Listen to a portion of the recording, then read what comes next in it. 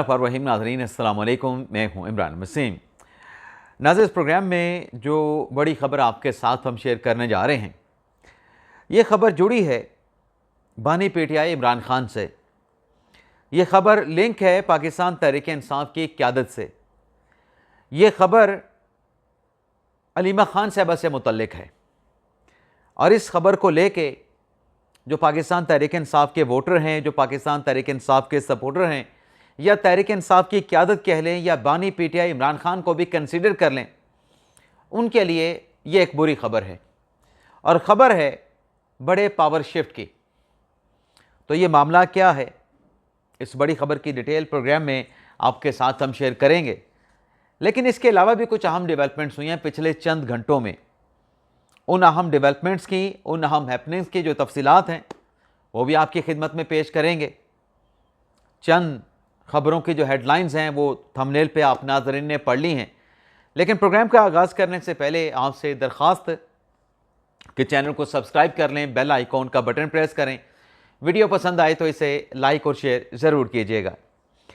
ऐसे जिस वक्त मैं प्रोग्राम रिकॉर्ड कर रहा हूँ 7:30 बजे से ज़्यादा का वक्त हो चुका है और मैं बात करने जा रहा हूँ खेल के मैदान की। मैं बात करने लगा हूँ जो पाकिस्तान और न्यूजीलैंड का सुपर 8 T20 वर्ल्ड कप में अहम मैच होने जा रहा है। अब जो टॉस हुआ है, टॉस तो पाकिस्तान ने जीत लिया, पहले बैटिंग करने का फैसला कर लिया, लेकिन बारिश शुरू हो चुकी है। बारिश की वजह से मैच ताख़ीर का शिकार है। अब न जाने ये मैच कब शुरू होगा। आम तौर पे देखा गया है कि जब बारिश होती है तो बारिश के बाद विकेट पर जो मॉइस्चर आता है, उस मॉइस्चर और बारिश के मौसम को लेके टॉस जीतने वाला जो कैप्टन है वो पहले बैटिंग नहीं, पहले बॉलिंग करने का फैसला करता है। लेकिन हमारे कैप्टन ने बैटिंग करने का फैसला किया है और अगर पाकिस्तान की बैटिंग लाइन देखें तो एक तब्दीली की गई है। ख्वाजा नाफी की जगह फ़खर जमान को शामिल किया गया है और फास्ट बॉलर में सिर्फ सलमान मिर्ज़ा हैं, इसके अलावा फ़हीम अशरफ हैं, कोई शाहीन शाह अफरीदी नहीं, कोई अपना वो यंग जो बॉलर है नसीम शाह वो भी नहीं। अब एक फास्ट बॉलर के साथ खेलने जा रहे हैं। अल्लाह करे पाकिस्तान जीते। लेकिन इस दौरान अगर मैच हो जाता है, जब आप ये प्रोग्राम देख रहे होंगे, तो फिर आपने कमेंट बॉक्स में बताना है कि पाकिस्तान के कैप्टन का टॉस जीत के पहले खेलने का फैसला दुरुस्त था या गलत था। अब आ जाते हैं 3 अदालती खबरें हैं। इन 3 अदालती खबरों में एक खबर है बड़े अदालती शिफ्ट की, बड़े पावर शिफ्ट की, और वो लिंक कर रही है इमरान खान के साथ, अलीमा खान के साथ, पाकिस्तान तहरीक इंसाफ की क़यादत के साथ। तो एक एक करके अदालती ख़बरों की डिटेल आपकी खिदमत में पेश करते हैं। पहली खबर नाज़रीन साफ़ी मतीउल्लाह जान से मुतल्लिक है। मतीउल्लाह जान के ख़िलाफ़ जो मंशियात और दहशतगर्दी का मुकदमा बना, दहशतगर्दी की दफ़ात के ख़ात्मे के लिए जो जज ताहिर अब्बास सिप्रा को दरख्वास्त दी गई, उसमें जज साहब ने दहशतगर्दी की दफ़ात के ख़िलाफ़ जो एप्लीकेशन थी उसको मुस्तरद कर दिया। दहशतगर्दी की दफ़ात मतीउल्लाह जान के ख़िलाफ़ FIR में बरकरार रखें। अब ये जो फ़ैसला है ताहिर अब्बास सिप्रा साहब का, इसे इस्लामाबाद हाई कोर्ट में चैलेंज किया गया है। मतीउल्लाह जान के मियाँ इशफाक अली वकील हैं और पीर के दिन के लिए 2 रुकनी बेंच भी बन गया है। अब 2 रुकनी बेंच में जस्टिस अरबाब ताहिर साहब हैं, जस्टिस इनाम अमीन मिन्हाज साहब हैं, जो 23 फरवरी को पीर के दिन इस दरख्वास्त पर समाअत करेंगे कि मतीउल्लाह जान पे जो दहशतगर्दी की दफ़ात लगाई गई हैं, ये दफ़ात लगाने का कोई जवाज़ नहीं था। अब ये जो मुकदमा बना था, इस मुकदमे में पैरेलल मुकदमा था मंशियात की बरामदगी का भी। अब मंशियात से मुतल्लिक तो पंजाब फ्रांसिक लैब ने यह रिपोर्ट हाई कोर्ट में जमा करवा दी है कि वो जो आइस बरामद होने का इल्ज़ाम लगा मतीउल्लाह जान पे, वो रिज़ल्ट नेगेटिव आया है। अब ये पूरा मुकदमा क्या मुकदमा ये था कि मतीउल्लाह जान से जब मंशियात बरामद की गई तो उसने पुलिस के ऊपर गन तान ली। तो जब मंशियाती की रिपोर्ट ही नेगेटिव निकली है तो फिर ये गन निकालने वाली कहानी कहाँ पे पीछे बचेगी, उसका पीछे क्या जवाज़ और बुनियाद रह जाएगी। लेकिन बहरहाल देखते हैं हाई कोर्ट पीर के दिन इस दरख्वास्त पे क्या फ़ैसला करती है। इसी तरीके से एक और साफ़ी नादिर बलोच, उनकी तरफ से इस्लामाबाद हाई कोर्ट में एक पटिशन दायर की गई है नादिर बलोच की तरफ से कि NCCI की तरफ से उन्हें समन करने का नोटिस भेजा गया है। लेकिन नादिर बलोच इस्लामाबाद हाई कोर्ट के सामने मुद्दा ये बयान करते हैं कि मुझे ये नोटिस क्यों किया गया, मेरे पे इल्ज़ाम क्या है। जो नोटिस NCCI ने भेजा है वो वेग है, मुबहम है, मुझे इल्ज़ाम नहीं बताया गया। मुझे कहा गया है कि तमाम रिकॉर्ड के साथ पेश हूँ। जब मुझे इल्ज़ाम ही नहीं बताया गया कि मेरे ऊपर इल्ज़ाम क्या है, मेरे ऊपर किन इल्ज़ामात पे इंक्वायरी NCCI कर रही है, तो जब इल्ज़ाम ही नहीं बताया गया तो मैं साथ लेके क्या जाऊँगा। मुझसे मांगा क्या जा रहा है जब मुझे वजह नहीं बताई जा रही।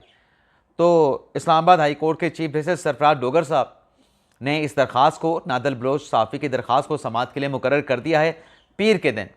तो देखते हैं, सरफराज डोगर साहब पे भी नज़रें हैं। इस्लामाबाद हाई कोर्ट के जस्टिस अरबाब मोहम्मद ताहिर, इनाम अमीन मिनाज साहब पर भी नज़रें होंगी। तो देखते हैं इस्लामाबाद हाई कोर्ट इन दो दरख्वास्तों पे, दो मुकदमात पे क्या फ़ैसला करती है। लेकिन इसके साथ साथ नाज़रीन, एक और केस भी है, और वो केस है सोहेल अफरीदी के ख़िलाफ़, रियासत के ख़िलाफ़ गुमराहकुन बयानात देने का।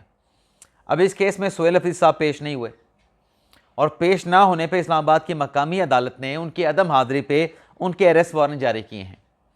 अदालत की तरफ से हुक्म दिया गया है कि 9 मार्च को पुलिस सोहेल अफरीदी को गिरफ्तार करके अदालत में पेश करे। अब यहाँ पे अफरीदी के ख़िलाफ़ पीका का केस NCCI ने दर्ज किया है, लेकिन दो और भी केसेस हैं पाकिस्तान तहरीक इंसाफ की, एक खातून रहनुमा के ख़िलाफ़, शानदाना गुलजार के ख़िलाफ़। दो केसेस शानदाना गुलजार के ख़िलाफ़ हैं, उन पर उन्होंने, शानदाना गुलजार ने इस्लामाबाद हाई कोर्ट से रिजू किया। इस्लामाबाद हाई कोर्ट ने शानदाना गुलजार की NCCI को गिरफ्तारी से रोक दिया। अब यह हुआ है कि शानदाना गुलजार ने इस्लामाबाद की मकामी अदालत में दरख्वास्त दी है मंजूका साहब की कोर्ट में कि ये जो हमने ज़मानत के लिए आपकी अदालत से रिजू किया था, हम ये ज़मानत की दरख्वास्तें वापस लेते हैं। शानदाना गुलजार साहबा के वकील सफाई का ये कहना था कि चूँकि इस्लामाबाद हाई कोर्ट ने गिरफ्तारी से रोक दिया है और ये इल्ज़ामात बनते नहीं थे, ये मुकदमा बनता नहीं था, तो हमने चूँकि क्वाशमेंट के लिए हाई कोर्ट से रिजू कर रखा है और हाई कोर्ट ने गिरफ्तारी से रोक दिया, तो लिहाजा हम ज़मानत की दरख्वास्तें वापस लेते हैं। तो जज मंजूका साहब ने वापस लेने की बुनियाद पर शानदाना गुलजार की दोनों दरख्वास्तों को डिस्पोज ऑफ कर दिया। लेकिन आज ये जितने भी केसेस हैं, जो अदालती खबरें मैंने आपके साथ शेयर की हैं, एक मुकदमा तहरीक इंसाफ की रहनुमा कहने लगा था, लेकिन वो तो पाकिस्तान तहरीक इंसाफ की क़यादत कहती है कि अलीमा खान साहबा गैर सियासी हैं। अलीमा खान साहबा ख़ुद भी कहती हैं मैं गैर सियासी, मैं मतलब सियासी नहीं हूँ, गैर सियासी हूँ। लेकिन पाकिस्तान तहरीक इंसाफ के लोग जो मीडिया आप पे आके कहते हैं, अलीमा खान का दिफा करते हैं कि वो गैर सियासी हैं, उनकी भाइयों के साथ वाबस्तगी है, वो भाइयों के लिए अडियाला लाती हैं, वो भाइयों के लिए सड़कों पे निकलती हैं, एहतजाज करती हैं, रैलियों में शरीक होती हैं, वो सिर्फ अपने भाई के रिहाई के लिए जज्बाती हैं, उनके एहसासात हैं। तहरीक इंसाफ की क़यादत कहती है कि हम उनके एहसासात की कदर करते हैं, वो सियासी नहीं हैं। ये वो मीडिया पे आके बयान देते हैं, लेकिन जब ऑफ कैमरा PTI के लोगों से, अहम ओहदों पे बैठे अहम शख्सियत से सवाल किया जाए, तो वो इस बात को एडमिट करते हैं कि अलीमा खान साहबा पार्टी पे असरअंदाज हो रही हैं। बल्कि वो ये कहते हैं कि असरअंदाज नहीं हो रही, फ़ैसला साजी का अख्तियार अलीमा खान साहबा के पास है, पूरी पार्टी अलीमा खान साहबा ने कैप्चर कर रखी है। और वो ये तासुर देते हैं कि सिर्फ अलीमा खान साहबा का सियासत में आने का ऐलान बाकी रह गया है, अदरवाइज़ वो मुकम्मल सियासत कर रही हैं, वो सियासत के मैदान में उतर चुकी हैं। अब ये जो अलीमा खान साहबा हैं, जो तहरीक इंसाफ की क़यादत बाग दौड़ संभाल चुकी हैं, फ़ैसला साजी पे मुकम्मल तौर पे जो है वो कंट्रोल हासिल कर चुकी हैं, अब उनके ख़िलाफ़ जो 26 नवंबर का केस है, उसमें 16 गवाहों पे जिरा मुकम्मल हो चुकी है, 16 गवाहों के बयानात कलमबंद हो चुके हैं। 2 गवाह जो कि तफ्तीशी हैं, पुलिस के एहलकार हैं, उन पे जिरा होना बाकी है और केस की समाअत होनी है 23 फरवरी को। अब 23 फरवरी को अगर अलीमा खान साहबा पेश होती हैं, गो कि वो आखिरी समाअत पे पेश नहीं हुई, उनकी तरफ से इस्तिस्ना की दरख्वास्त आ गई, ये केस अगर 2 से 3 समातें चल जाता है, जिरा मुकम्मल हो जाती है, जिरा के बाद सेक्शन 342 का बयान मांगा जाएगा अलीमा खान साहबा से, उसके बाद फिर 1 तारीख है और इस केस में फिर फ़ैसला सुनाया जाएगा। और फ़ैसला जो है, जो बज़ाहिर नज़र आ रहा है, हमारे कुछ बड़े साफ़ियों की तरफ से, तज्ज़ियाकारों की तरफ से दावे के साथ पेशगोई की गई है कि इस केस में अलीमा खान साहबा की कन्विक्शन होने का इम्कान है, ये पेशगोई उनकी तरफ से की गई है। और अगर ऐसा ही होता है, 26 नवंबर के केस में अलीमा खान साहबा की सज़ा हो जाती है और सज़ा होने का इम्कान, सज़ा होने की जो पेशगोई है उसको तक़वियत इस कंडक्ट से भी मिलती है जब अलीमा खान साहबा अदालती कार्रवाई को अवॉइड करती हैं, अदालत में अपनी हाज़िरी को यकीनी नहीं बनाती। उससे भी तासुर जाता है कि फ़ैसले से बचने के लिए, सज़ा से बचने के लिए अलीमा खान साहबा अपनी हाज़िरी अदालत में यकीनी नहीं बना रही, बल्कि केस को लिंगर ऑन करना चाहती हैं।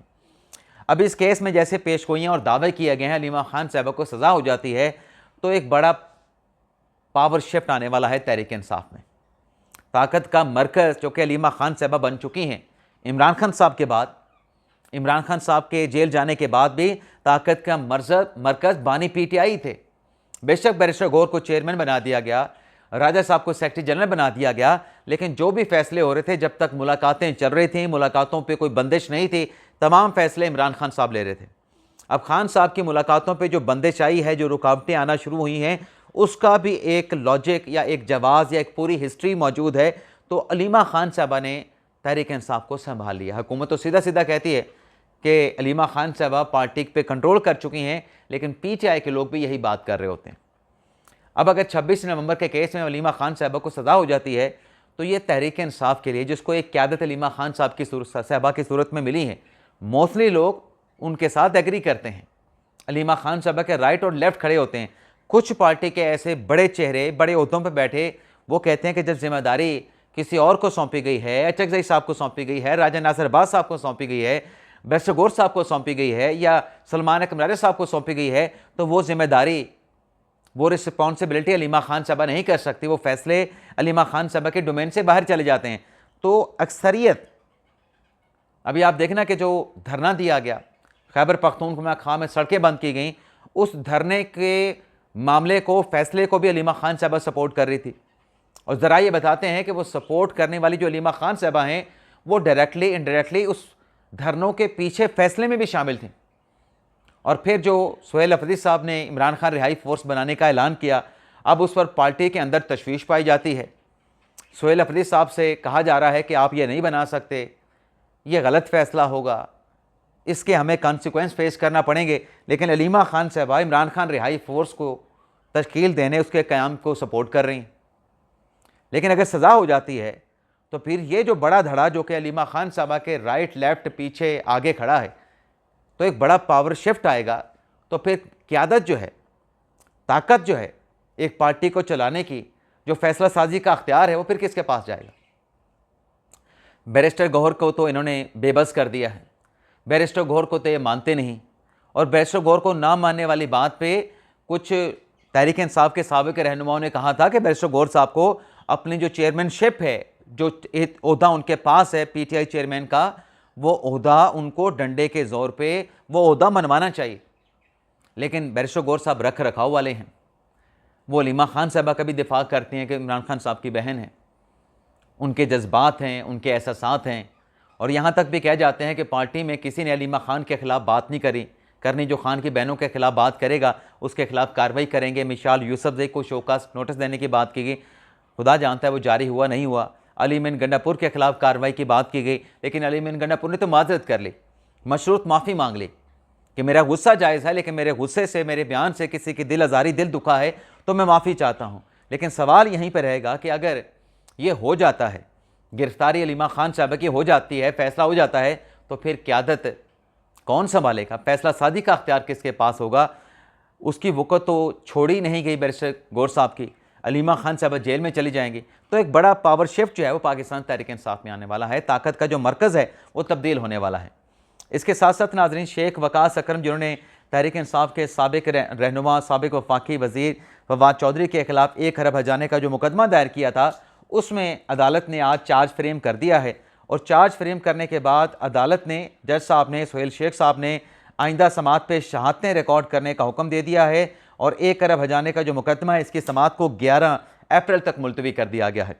इसके साथ साथ नाज़रीन, जो फायरवाल का मनसूबा लगाया गया, आज की खबर यह है कि फायरवाल का जो मनसूबा है वो नाकाम साबित हुआ, जिसके बाद हुकूमत पाकिस्तान ने 5G स्पेक्ट्रम की नीलामी से कबल फायरवाल को मुस्तकिल तौर पर बंद करने का फैसला किया है। सरकारी ज़राए के मुताबिक फायरवाल मनसूबा नाकाम होने के बायस कौमी ख़जाने को अरबों रुपए का नुकसान बर्दाश्त करना पड़ा। ये फायरवॉल 2024 में सोशल मीडिया कंट्रोल करने के मकसद से नस्ब की गई थी, ताहम मुकम्मल तकनीकी तैयारी के बगैर नस्ब होने के बायस ये टेलीकॉम इंफ्रास्ट्रक्चर से हम आहंग ना हो सके। सरकारी हुकाम का कहना है कि फायर वॉल से मतलूबा नताइज हासिल ना होने और इंटरनेट की रफ्तार मुतासर होने पर इसे मुस्तकिल तौर पर बंद करना पड़ा। फायरवॉल के बायस इंटरनेट सुस्त रवि का शिकार रहा, जिससे लाखों फ्री लांसर हज़ारों कंपनियों के डिजिटल सर्विसेज मुतासर हुई। ताहम फायरवॉल की बंदिश पर वज़ारत IT ने मौक़िफ़ देने से जो है वो गुरेज किया। अब ये नाज़रीन, फायरवॉल जो है इसका नुकसान हुकूमत को हुआ, मौजूदा निज़ाम को हुआ। अब इस फायरवॉल का मकसद ये था कि जो जहरीला पोल्यूटेड जो बयानियाँ प्रोपेगेंडा कैंपेनें चलाई जाती हैं उसका सिलसिला रोका जाए। अब ये जो प्रोपेगेंडा करने वाले थे ये तो लोग बाहर बैठे थे, इनकी 50% जो व्यूवरशिप थी वो ओवरसीज़ पाकिस्तानियों की थी। अब इसमें इफ़ेक्ट वो हुए जो ये प्रोपेगेंडा करने वाले हैं, कैंपेन चलाने वाले हैं, उनसे हट के जो फैक्ट्स के ऊपर बात कर रहे थे उनकी व्यूवरशिप मुतासर हुई। उनका जो यूट्यूब चैनल्स हैं उनके यूट्यूब चैनल का बट्ठा बैठ गया। ये फायरवॉल जो है उल्टा फ़ायदा देने के बजाय नुकसान हुआ, दोनों अतराफ से नुकसान हुआ। एक वो जो प्रोपेगेंडे को कर्ब कर रहे थे, प्रोपेगेंडे का मुकाबला कर रहे थे, कैंपेन का मुकाबला कर रहे थे, झूठे नैरेटिव का, झूठे बयानिए का मुकाबला कर रहे थे, उनका जो व्यूवरशिप था सारा का सारा वो डाउन हो गया फायरवॉल की वजह से, क्योंकि उनकी जो व्यूवरशिप थी वो ज़्यादा पाकिस्तान के थे। 85% पाकिस्तान के थे, सिर्फ 10 से 15% बाहर के थे। लेकिन जिनके लिए लगाया गया उनकी व्यूवरशिप 50% से ज़्यादा बाहर के थे, 50% पाकिस्तान के थे। तो जो फायरवॉल है जिनका मतलब वो चीज़ें रोकने के लिए लगाई गई थी, उनकी तो सिर्फ 50% जो व्यूवरशिप थी वो मुतासर हुई जो पाकिस्तान में थी। लेकिन वो जो प्रोपेगेंडा करने वाले हैं उनकी 85% पाकिस्तान की जो व्यूवरशिप थी वो सारी की सारी जो है वो मुतासर हुई इस फायरवॉल से। अब हुकूमत ने इस फायरवॉल को मुस्तकिल तौर पे बंद करने का फ़ैसला किया है कि इससे मुल्क का भी नुकसान हो रहा है, मईशत का भी नुकसान हो रहा है और इंटरनेट की स्पीड भी कम हो रही है। लेकिन क्या फ़ायदा ऐसे मनसूबे का जिसका डबल जो है वो नुकसान उठाना पड़ा। इजाज़त चाहते हैं। पाकिस्तान।